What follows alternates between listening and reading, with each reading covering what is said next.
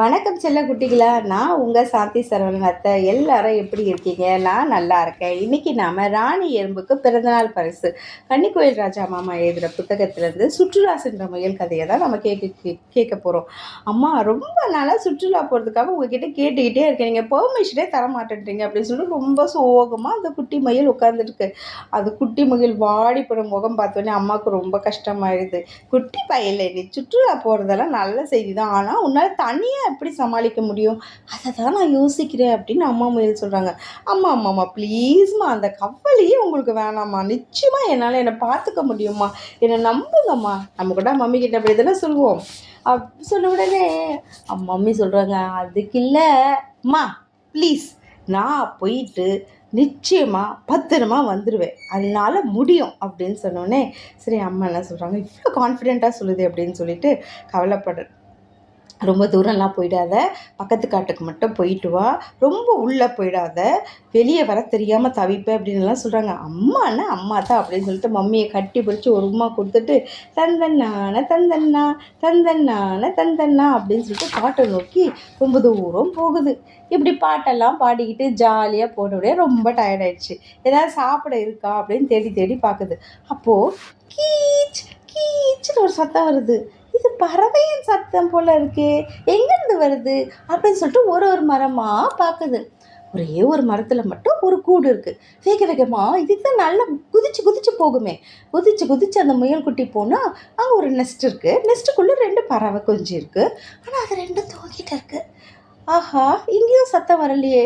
அப்புறம் எங்கே அந்த சத்தம் வர சைடாக போகும்போது கீச் கீச்சுன்னு சத்தம் கேட்குது. அப்போ தான் அது கீழே பார்த்தா ஒரு மரத்தோட வேறு கீழே அந்த பறவை இருக்குது.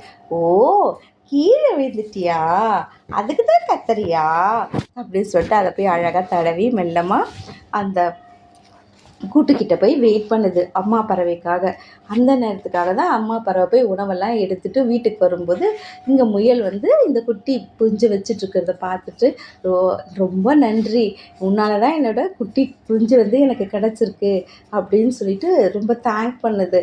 அப்போது பறவைக்கிட்ட முயல் தான் எதுக்காக சுற்றுலா வந்திருக்கோன்னு எல்லாம் சொன்ன உடனே பறவை தான் மேலே விங்ஸ் வச்சு அழகாக பறக்குமே, காடு ஃபுல்லாக பறக்கும்ல.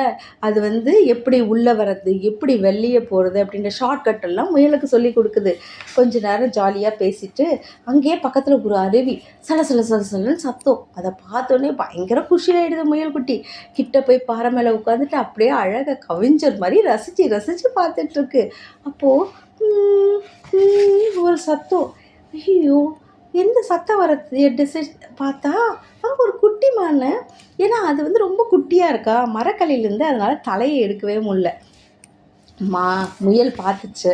அந்த அருவியை ரசிக்கிறத நிறுத்திட்டு கலை மேலே போய் ஏறி கலையை கீழே தாழ்த்தி விட்டுது. மானு போயிட்டு அழகாக போயிட்டு அந்த இலையெல்லாம் சாப்பிட்டுடுது. சாப்பிட்ட உடனே ரொம்ப நன்றி முயலண்ணா அப்படின்னு சொல்லுது. அப்படியே மகிழ்ச்சி ஆகிடுது முயல் குட்டி. தன்னை பற்றியும் தான் எதுக்காக காட்டுக்கு வந்ததை பற்றியும் எல்லாமே சொல்லுது. அட, நான் பிறந்து கொஞ்ச நாள் தானே ஆகுது, நானும் பெரியவனான மாதிரி முன்ன மாதிரியே நானும் இந்த காட்டுக்குள்ளே போய் சுற்றியெல்லாம் பார்ப்பேன் அப்படின்னு சொல்லுது. முயல் சின்ன சின்ன உயிரினங்களுக்கு தன்னால் முடிஞ்ச உதவியெல்லாம் செஞ்சுக்கிட்டு அப்படியே ஜாலியாக வரும்போது காட்டுக்கு நடுவில் வந்துடுது. அப்படியே ரொம்ப வியப்பாக இருக்குது. இது இயற்கை எவ்வளோ அதிசயங்களை பண்ணியிருக்கு, எவ்வளோ பசுமையான மரங்கள் எல்லாம் இருக்குதுன்னு ரசிச்சுட்டே வருது. அதே நேரத்தில் பசிக்கு எந்த உயிரினமும் கிடைக்காம நம்ம நரியார் இருக்கார்ல, ஊ அப்படின்னு அவர் வராரு. பார்த்தா நம்ம முயல் குட்டி புசு புசுன்னு நல்லா இருக்கா. ஆஹா, நமக்கு இன்றைக்கி முயல் கிடச்சிச்சு, அழகாகவும் இருக்குது, நல்லா கொழுத்த முயல். இதை பிடிச்சிட்டு வீட்டுக்கு போனால் நம்ம வீடே சந்தோஷப்படும் அப்படின்னு நினச்சி மெல்லமாக பதங்கி அதுக்கிட்ட டாக் டாக் டாக் அப்படின்னு அதுக்கிட்ட போகிறாரு. அம்மா பறவை இருக்குல்ல, திருப்பி போய் அந்த குட்டி பறவைக்கெல்லாம் ஃபுட் எடுக்கிறதுக்கு பறந்து போகுது.